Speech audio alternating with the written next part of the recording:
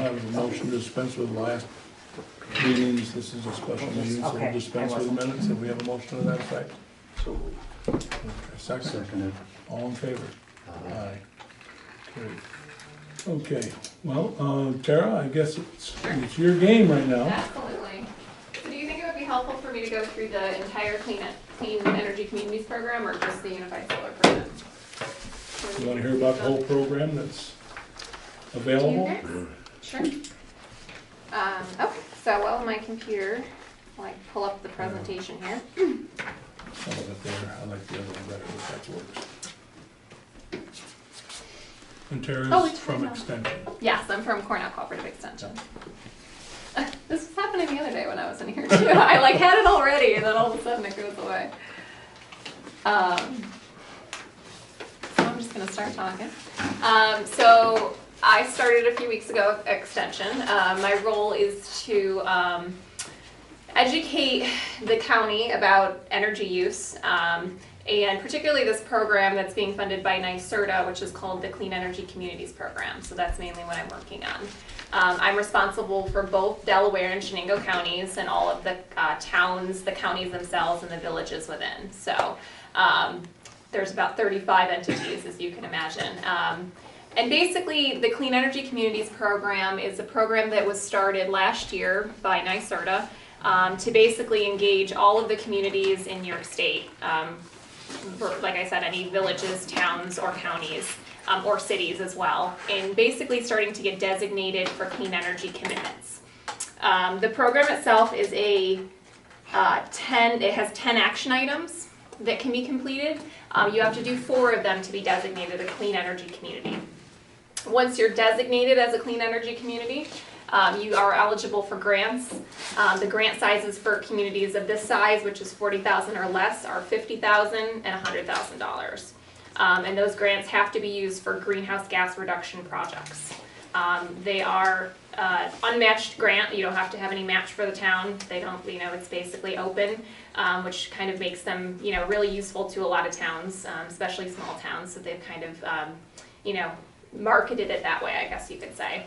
So basically, I'm just going around to all the towns that are interested in just trying to get them educated about the program, see if it's something of interest to you. I spoke with Jeff last week, basically just to introduce him to the program, which is why we're having this meeting.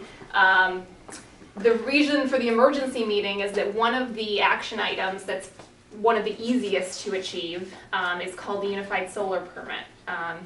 Which is a document that basically the state has put together in order to help towns have a permit application in place for residents or small businesses that are interested in installing solar on their properties.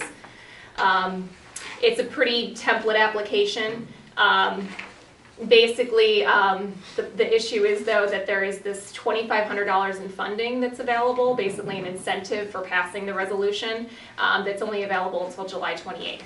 So a lot of the counties and towns over in Tompkins area have already started to pass it in other areas of the state, but since I've only been on for a few weeks, I'm really trying to rush as quickly as possible to make sure that as many people know about this money as we can get, because it's unrestricted money basically. So it's a pretty good deal. There's really not much to it. So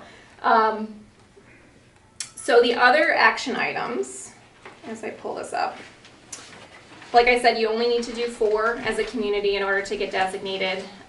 My job is basically to help the communities figure out which action items are applicable to them, are achievable, and then also help as much as needed. They understand that there's a lot of small towns with not a lot of staff and time, so basically my role is to help write the grant application, help do the action items as much as needed, which is a pretty good deal for a lot of places, I think. So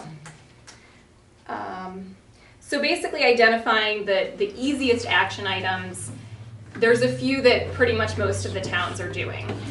So a few towns that I've currently gotten started on just in the few weeks that I've been here: Hamden, Meredith, and then the village of Delhi has started this as well. So, and there's a few action items, I'm just pulling this up because I think it's a pretty visual thing. I'll start with, I'll just explain the grants while this is pulling up. So the grants are available for $50,000 and $100,000. there are 10 grants available in the Southern Tier Economic Development Council for 50,000, and then there's 4 for 100,000. What that means is the state has divided up the grant money into different regions, so you're only competing against other towns, counties, villages in the Southern Tier. Basically, all of the grants on Long Island have already been used up and awarded because they just have moved much faster. They have large cities down there. They've been able to do that, but that's kind of why the state did it that way, because they want you to be able to compete. So the Southern Tier is just starting, so there's not very many. There's only been 1 grant awarded. It's actually one of the larger grants, which is why I haven't talked about it, because there's grants of 150 and 250,000, but those are for communities of 40,000 or larger. So the County of Delaware could be possibly eligible for that, but that's something that, I'll be working on hopefully with the county to get that money. But Tompkins County has been awarded one of those larger grants, just so you're aware. Yes. Also, Tompkins County has an unfair advantage. They started last fall, late last summer. They've had a They coordinator initiated there. and got it going. So they're 6-8 months ahead of us, they're 6 right off the wall. So that's why Tompkins got one of the big ones already. Right. But you wouldn't be competing with them anyways. Pardon? But they're not in the Southern They Tier. are in the Southern They Tier. are in Yeah, this group. they are. Yes, Yep. they're the ones that are the lead agency. But Yeah. they're the ones that Tompkins are. is, so, They're the one that actually came to the county board and did the presentation. Yes. Extension member from. So that's kind Tompkins. of my coworker or colleague, the person that's been working on it since there last year, is the Tompkins County energy coordinator there. So they brought on somebody for our extension office. The Jeannie Darling, who many of you may know, had decided that energy was a priority for this community. So she brought me on, and I'm working with Shenango County, like I said, as well. So. This is a little hard to see, but you can see this breakdown of the regional economic development councils. We're like this red area here. So it includes Steuben, Schuyler, Chemung, Tompkins, Tioga, Broome, Shenango, and Delaware counties is who those 10 grants, 10 $50,000 and 4 $100,000 grants are available for. It's just me and this other guy that he was mentioning, Terry from Tompkins County, that are working on the whole Southern Tier.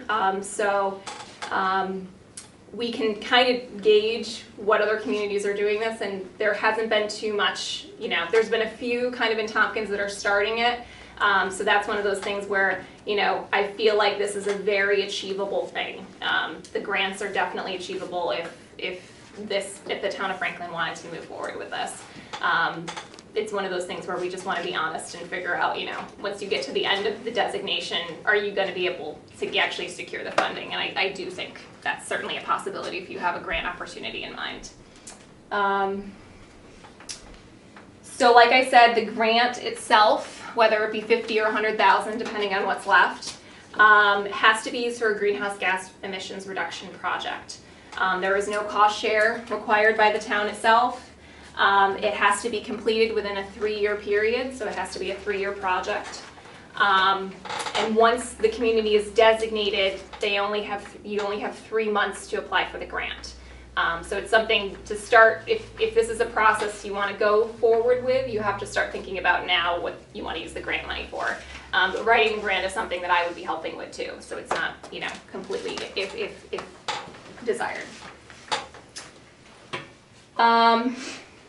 And they're looking for some unique things with these grants. They want to see things that are innovative, kind of working with other towns in the area, maybe using some educational resources from SUNY Delhi or SUNY Oneonta, bringing in, things, maybe finding some of your own funding as a town to kind of make a project a little larger. So they're kind of looking for something, there's ways to get to it with NYSERDA, but they're not just looking for, we want to replace all of our windows, and that's what our greenhouse gas emissions do. They want to start to see some innovative ideas, and I think that's kind of why they started this program. So the high impact action items, just to go through them pretty quickly, and if anyone has questions, of course. Benchmarking is the easiest one. That includes basically just starting to take an inventory of any buildings that are managed by the town that are over 1,000 square feet. There's this great tool called the EPA Portfolio Manager that tracks your usage. It's free, and this is what they want you to use as a town, to start putting your bills in there, and basically just to see what's happening month to month. And then passing a resolution to say that that's being done by the town, and that it's going to be made publicly available, so that anyone in the town can see kind of what's happening with energy usage. So Tara, is that yep. for the last year? It's got to be at least one calendar year, so one 12-month cycle, Okay. and then going forward every year, and ideally I would say every month when you get the bill, but at least minimum once a year. It'd be easier to keep it updated rather than catch up. Yeah, yeah. Well, and I mean, that's when you're going to see trends, and you know, it's a benefit, because if you see a 1 month where there's a spike in something, you can really nail it down and be like, what happened that month? What, you know, was our system not running efficiently? Where, you know, there's a few really good things about that. Clean energy upgrades is basically achieving a 10% reduction in greenhouse gas emissions from buildings. So a lot of times when you're doing the benchmarking, you'll see this if you know if you've already put in some LED lighting somewhere with a past project. It's also something we can think about with a future project. Past projects have to be done after 2014, so if there's anything that was done with the town between 2014 and now that you think could have had a 10% reduction, something we can look at. LED streetlights. This is an action item to basically take any of the old Cobra head style lights out and replace them with LEDs. It's a process that isn't one of the easier ones, because there is kind of a buyback process with NYSEG that they're kind of piloting right now, so a lot of towns are going through it. Something I'm happy to help you with, and I know people that can help even further with this process if it's something the town is interested in. Benefits of LED lighting is that it saves about 70 to 80% of your the cost of energy, basically. And then there's low maintenance costs too, because they last a whole lot longer than the Cobra head style lights. And we would be available possibly. You've got to find out how many street lights are in Treadwell, Yes. because that's the only one that the Yeah. town is overseeing. So it's got to be a minimum of 10 streetlights to be applicable for the town. So, and then if it's more, minimum of 10, and then 50% if it's over that. Clean fleets, this is an either or one. Basically, either you're buying one vehicle that is using alternative energy for the town use. It can be a small or heavy duty vehicle. And you know, that can be, I'm sorry, I have to remember, it's got to be hydrogen fuel cell, plug-in electric, or CNG vehicles. The other part of this, if there's, you know, if that's not interesting, is the EV charging station. So installing 2 EV charging stations in the town at some place, or 1 DC fast charge station. Now a lot of people ask with that one, you know, how many residents do we really have that would use that? Wouldn't they put their own at their own homes? And a lot of it is just kind of a tourist stop, so that you're getting people to kind of come through the town, because with EV vehicles, there's a lot of insecurity, I guess you could say, with, you know, there's no gas stations, so they need to know where they can stop. And if you give them a place to stop at a place that they could spend a few hours in, it could be a benefit. So thinking about where it would be, as much as if it's something that you think would be interesting No, for would your it have town. to be on municipal property? It- Or could it be just, what we have is a railroad museum? Yep, so that would be an option. That'd be an option. That would be an option, yep. It just has to be Okay. in the town, and it has to be installed by the town, but it doesn't have to Right. be. On town property. Yeah, so that was Okay. something that Meredith was considering, because they have the Farmers Museum over there, I believe it's Yes. called, yes. They have that over there, and they were thinking that would be a good stopover, because you really want to give it for some people are going to spend money and spend time. Yep, okay. Solarize is basically a campaign to increase the number of solar rooftops in the town. It's a campaign that's undertaken by an organization that basically promotes solar. They're really good at this. All the town has to do is basically say that we support solar, and then there has to be 10 installations after the campaign itself. So it's not a lot of work by the town, but I think the 10 is sometimes difficult to achieve, we've started to see.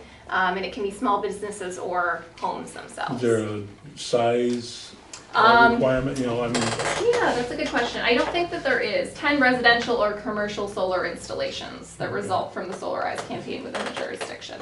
So unfortunately, you can't count anything that was prior to that, which is kind of, you know, prior to the campaign itself, okay. yeah. So What if you fail to meet the goals of the campaign? then that wouldn't be an action item you'd achieve. So you could do the Solarize campaign and then end up not reaching the 10, and then that wouldn't be an achievable action item. So that's why it's one of those ones where we haven't necessarily pushed that one as much as some of the others, because, you know, unless you really feel like there's 10 people that are going to sign up as soon as it happens. This is only for residents, individual residents, it's not like for a larger. No. Yeah, not a large scale solar operation, no. And to preface, none of these action items relate to large scale solar at all. So if you have any questions about that, it's just they didn't include it in this because it's a whole nother thing. But you couldn't take, like, if you had 10 residents, but they got together and had a piece of property where they had their 10 Yeah. panels Yeah. versus like an individual Right, properties. that's a good question. That's something I'd have to look into as far as how they actually grade that, because I haven't seen a town actually do that yet, but I have somebody I can ask about that too. It'd So. be community solar. Yeah, so. Do you have it? Yeah, go ahead. You said if we don't meet how does that fall back on the town's responsibility? Basically it wouldn't. You'd have to support the solar campaign, and if you didn't reach it, the people that are doing the solar campaign, which they do it for free, you know, basically you just didn't reach that action item. So, you know. So it There's couldn't no fit. retaliation, there's no drawback. Well, what it there's could do is knock you out of the grant, You might if not that get was the one of grant. the 4. Well, if that was one of the 4, but I would say if you're doing that one, we should do another one that's equally as likely to happen, Right. so that you're not, Right. you know, losing that. The Solarize campaigns can take a few months, so it's like you wouldn't want to put all your eggs in one basket, basically. The Unified Solar Permit is the next one. That one is what we're here today for. Basically, that's, like I said, an application to streamline approvals of process for solar for small small businesses and residential. And like I said, they're offering through July 28th a $2,500 incentive to pass this resolution. Tara? Yeah. What is the KW size? I mean, what is the limit on what they feel small business? I mean, Yep. like a dairy farm, if they wanted to put it in, they'd wanna put in a 30 Right. KW or something like that, but would that, Yep. I mean, So it has to be 25 kilowatts Or or less. less. Okay, That's okay. what they describe as small, which you would use the application for. So anything above that would have to be decided by the town on a different level and wouldn't be included in this okay. Clean Energy Communities program. This is another easy one, Energy Code Enforcement Officer training. Basically, this is just getting your code enforcement officer up to snuff on some of the latest energy regulations that are out there. It's a free training that's offered by this group. And basically, they have to just go through the training, which, you know, in some cases, according to my colleague at Tompkins County, has taken a couple weeks. So it's not a difficult process. In itself, the code enforcement officer just has to be willing, and it has to be something, you know, that you We want have to do. I don't know about advantage, if it can be done, because Hamden and Franklin use the same code enforcement officer.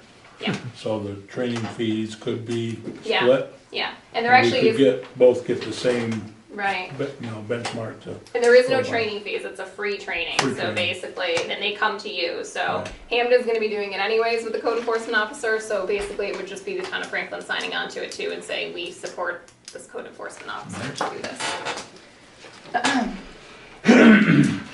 Climate Smart Community Certification, this is a process that's offered by the DEC, basically. It's a kind of more complex Climate Smart Communities program. You're talking about not only energy, but climate adaptation, and there's a bunch of other strategies that kind of go along with that. It is an intense process, but it's something I'm happy to help with if you're interested. Basically, by intense, I mean there's a lot of action items, a lot of things that need to be done. But certainly something I can go into more depth about if you're interested. Community choice aggregation, this is basically putting energy supply choices in your community's hands. So it's kind of how they word it. So basically kind of aggregating your energy use to the town. It is a process where you basically, it's an opt-out process. So there's a process of sending letters to all of the residents to say, do you want to opt out of this process? And basically the benefit to it is that the town itself, once they're controlling the energy, can decide to use 100% renewable, as opposed to just buying from the electric company and using whatever they want to use.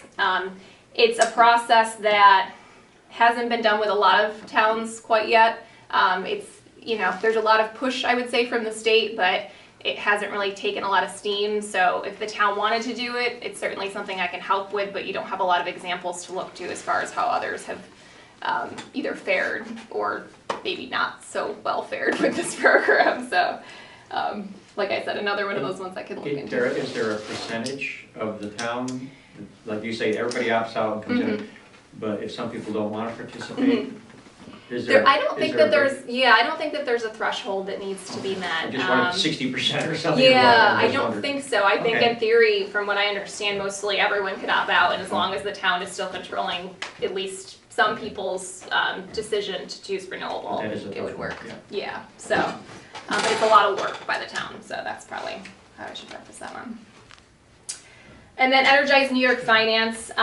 This offers energy upgrade financing to businesses and nonprofits by basically providing it as a tax incentive. So I don't know if anyone here has heard of PACE financing, but basically you'd be going through Energize New York with the ability to offer an additional tax to business owners so that they can install solar or clean energy upgrades on their property.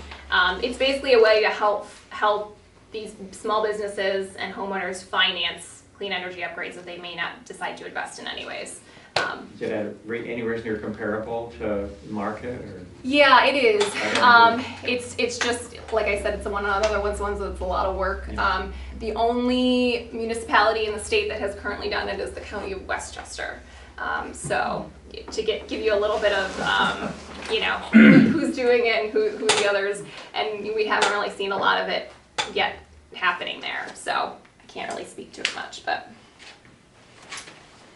so that's pretty much the 10.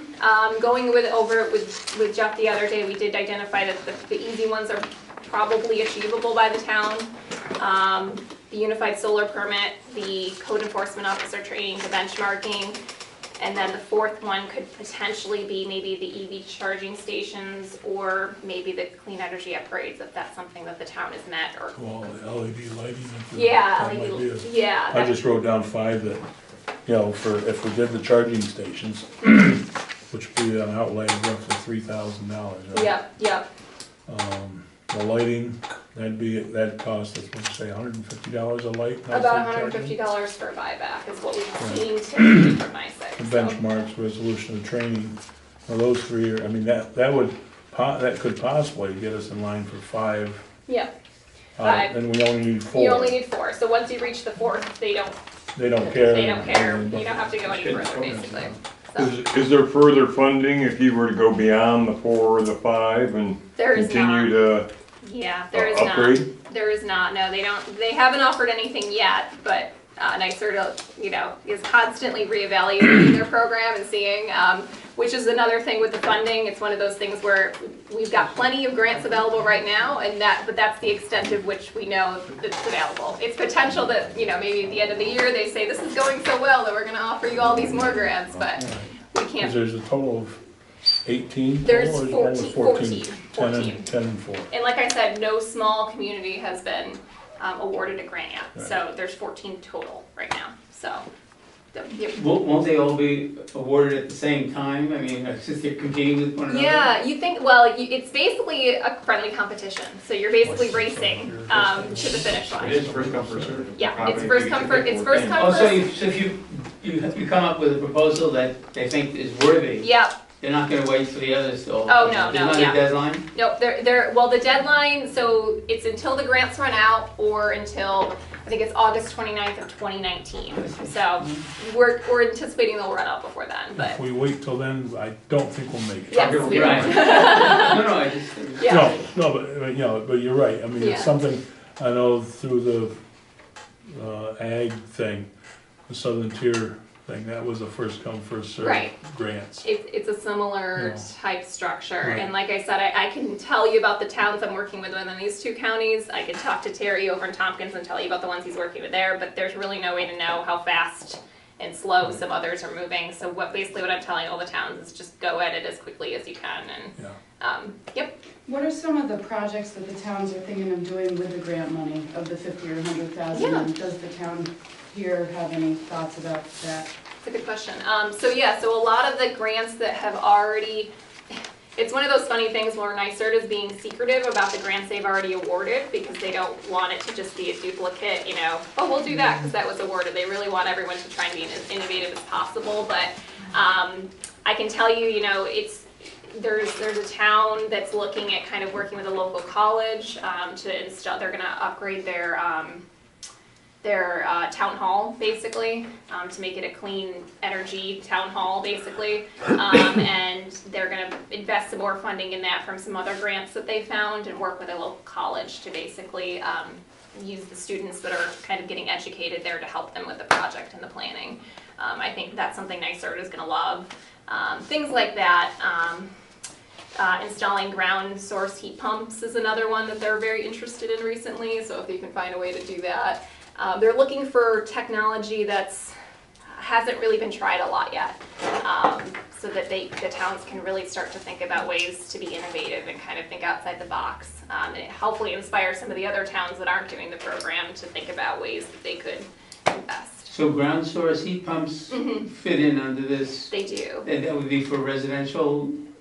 It would have to be, so the grant itself is funding a program for the town. So basically something that benefits the town is kind of what I'm hearing from NYSERDA. So residents themselves wouldn't necessarily. But the solar is for individual residents. It is for individual residents, that one in particular, but that's just, yeah, but that's something that when we get to that stage, or even if this is something you decide to do and want to start brainstorming, I'm happy to help you kind of figure out things that you need versus things that maybe we can translate into a greenhouse gas emission reduction project, because you don't really want to do something that's just to do it, you know what I mean? You don't want to create a project to create a project. You should do something you need and kind of make it a greenhouse gas emissions reduction story. So, yeah.